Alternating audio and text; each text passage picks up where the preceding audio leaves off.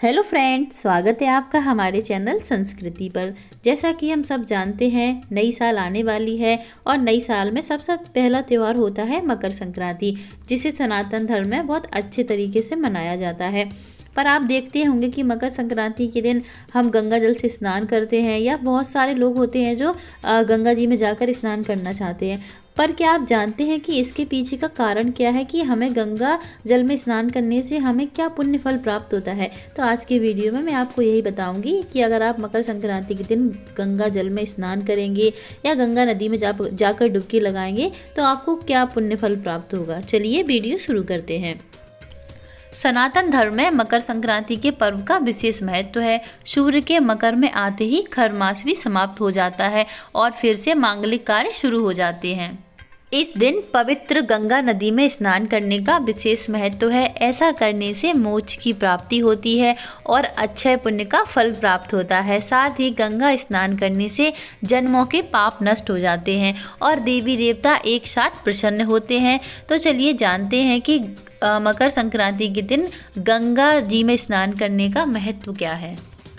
मकर संक्रांति के दिन ही मां गंगा धरती पर अवतरित हुई थी और राजा भागीरथ के पीछे पीछे कपिल मुनि के आश्रम से होती हुई गंगा सागर में पहुंची थी। इसके पीछे एक कथा है। कथा के अनुसार प्राचीन काल में एक सूर्यवंशी राजा थे जिनका नाम था सगर। उनकी दो रानियां थीं। उनकी एक रानी केसनी से एक पुत्र था तथा दूसरी रानी से उनके 60,000 पुत्र थे। एक दिन राजा सगर ने अश्वमेघ यज्ञ का आयोजन किया, जिसके लिए उन्होंने अपने घोड़ों को छोड़ दिया और उनके घोड़ों को राजा इंद्र ने चुराकर पाताल लोक में कपिल मुनि के आश्रम में बांध दिया। तब राजा सगर ने अपने 60,000 पुत्रों को घोड़े की खोज कर लाने का आदेश दिया। जब उन्होंने कपिल मुनि के आश्रम में घोड़ों को बंधा देखा तो उन्होंने आश्रम पर हमला कर दिया। इससे क्रोधित होकर कपिल मुनि ने आंखों की ज्वाला से 60,000 पुत्रों को जलाकर राख कर दिया। राजा सगर को जब इसकी जानकारी मिली तो उन्होंने कपिल मुनि से उनके लिए उद्धार की प्रार्थना की।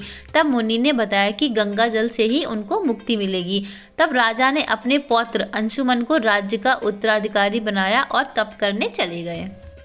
इसके बाद अंशुमन के पौत्र राजा भागीरथ ने अपने पूर्वजों की आत्मा की शांति के लिए कठोर तपस्या की, जिससे खुश होकर माता गंगा ने उनकी प्रार्थना को स्वीकार कर लिया। लेकिन गंगा धरती पर कैसे आए?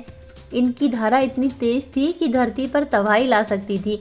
इसके लिए भागीरथ ने एक बार फिर भगवान शिव की तपस्या की और उनसे मदद की गुहार लगाई। तब भगवान शिव ने प्रसन्न होकर भागीरथ की मदद की। उन्होंने अपनी जटाओं में गंगा जी को धारण किया और वहां से धरती पर जाने के लिए कहा। शिव जी की जटाओं से निकली गंगा धरती पर मकर संक्रांति के दिन पहुंची। गंगा जी धरती पर गंगोत्री से आई और भागीरथ के पीछे पीछे कपिल मुनि के आश्रम पहुंची, जहां राजा सगर के 60,000 पुत्रों को मुक्ति मिली। यहीं से वह गंगा सागर में जाकर मिल गई।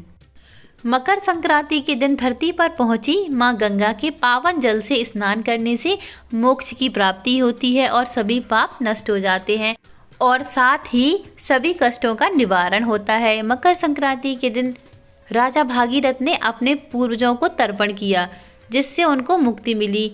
इसीलिए मकर संक्रांति के दिन अपने पूर्वजों की आत्मा की शांति के लिए तर्पण किया जाता है और साथ ही मकर संक्रांति के दिन गंगा सागर में मेले का आयोजन भी किया जाता है। तो दोस्तों, अब आपको समझ में आ ही गया होगा कि हमें मकर संक्रांति के दिन गंगा जल में स्नान क्यों करना चाहिए। तो ये था मेरा आज का छोटा सा वीडियो। अगर वीडियो पसंद आए तो प्लीज़ चैनल को लाइक, शेयर और सब्सक्राइब ज़रूर करें। Thank you for watching. मिलते हैं नेक्स्ट वीडियो में।